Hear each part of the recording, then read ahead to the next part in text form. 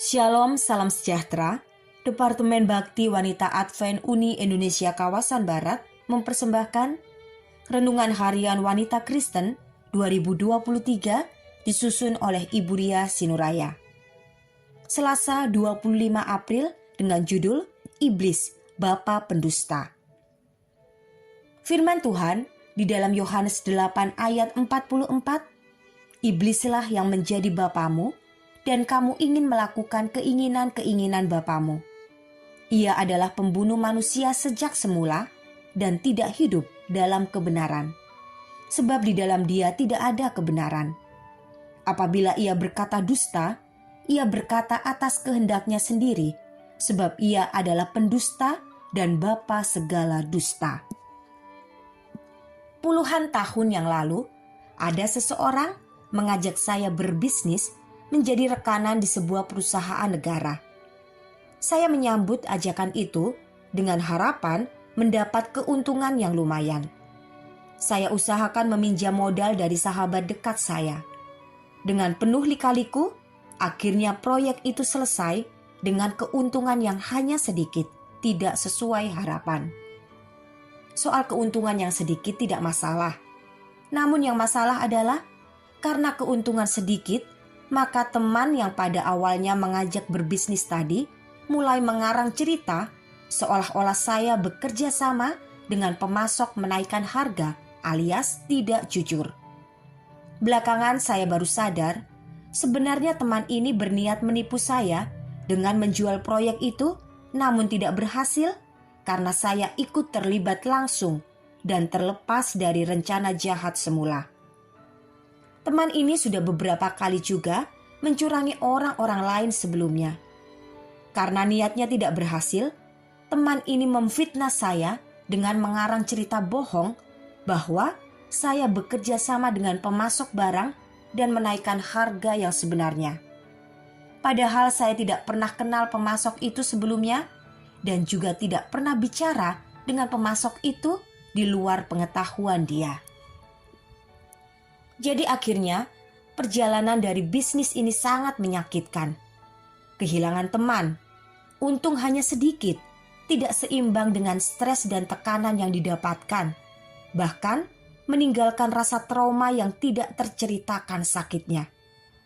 Intinya, hanya Tuhan yang adil dan bisa dipercaya. Manusia bisa penuh sandiwara dan kebohongan. Ada kata kunci dalam ayat ini yang membedakan seseorang berkata benar atau tidak. Apabila ia berkata dusta, ia berkata atas kehendaknya sendiri. Artinya, bila kata-kata yang keluar dari bibir kita adalah berdasarkan kehendak kita demi keuntungan diri sendiri dan bukan berdasarkan kehendak Tuhan atau apa yang Tuhan perintahkan, maka kita sudah menjadi murid Bapa pendusta itu. Banyak sekali sudah ajaran-ajaran doktrin Kristus yang dipelintir oleh iblis.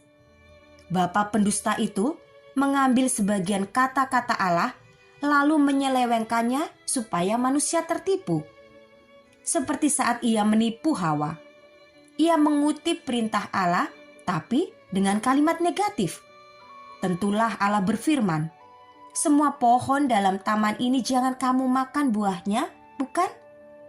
Trik yang sama ia lakukan kepada kita di zaman ini.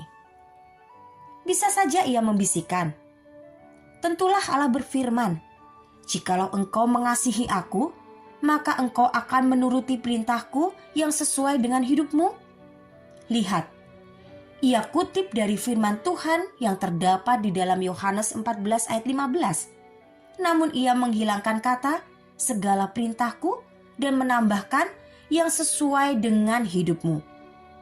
Bila Anda kurang banyak belajar dan memahami kehendak Allah yang tertulis di dalam Alkitab, maka Anda akan terjebak dengan trik iblis yang jahat ini.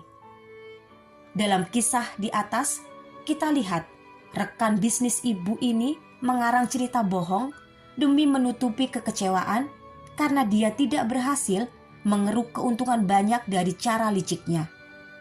Puji Tuhan, ibu ini tidak membalasnya dan menyerahkannya kepada Tuhan. Hal seperti ini dapat pula tanpa sadar kita lakukan. Kita menutupi kesalahan atau kekecewaan dengan mengarang cerita agar aman, atau supaya kita dapat membalas kekesalan kita kepada orang yang telah mengecewakan kita. Berhati-hatilah sahabat, Allah sangat membenci dusta, sebab ini adalah sifat utama iblis yang dulu menipu para malaikat di surga dan sekarang menipu umat manusia. Belajar Alkitab dan setia berdoa agar roh Allah tetap bekerja di dalam pikiran kita, sehingga kita tidak akan jadi korban tipuan iblis dan tidak akan menjadi pendusta seperti dia. Kiranya Tuhan memberkati kita semua sepanjang hari ini.